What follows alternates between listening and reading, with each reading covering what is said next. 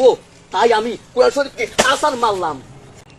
ভিডিওটি দেখার সাথে সাথে বন্ধুরা শেয়ার করে দিবেন যেন এই ভিডিওটি সাথে সাথে উপরে চলে যেতে পারে এবং আমাদের কোরআন শরীফকে অবমাননা করার জন্য যে শাস্তি পাওয়া উচিত সেই শাস্তির গ্রহণ যেন সকলে করে এবং সকলে বেশি বেশি শেয়ার করে দিবেন।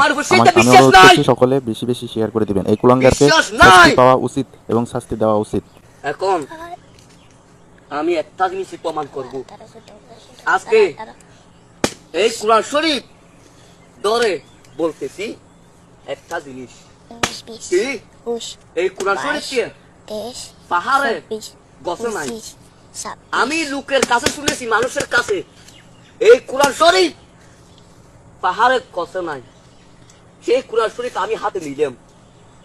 এখন আমি বুঝতে চাচ্ছি আজকে আমি কোরআন শরীফকে অপমান করব, আল্লাহ একটা আমি নিশানা খুঁজে পাবো। হোক সেটা আমার মৃত্যু, হোক আমার এক ধরনের বিয়ারাম, সেটা আমি মেনে নেব। শুধু আল্লাহর বিশ্বাস আমি পাওয়ার জন্য। আল্লাহ আছে দুনিয়াতে, আল্লাহ উপরে আছে, আল্লাহ আল্লাহ বলতে কিছু আছে, সেটি প্রমাণ পাওয়ার জন্য, বিশ্বাস আমার ভিতর ঢুকার জন্য আমি আজকে প্রমাণ করব আল্লাহ আছে, আল্লাহ কবার আমি দেখবো।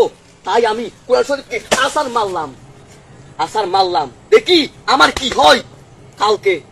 কাল পরশু এক মাস আছে।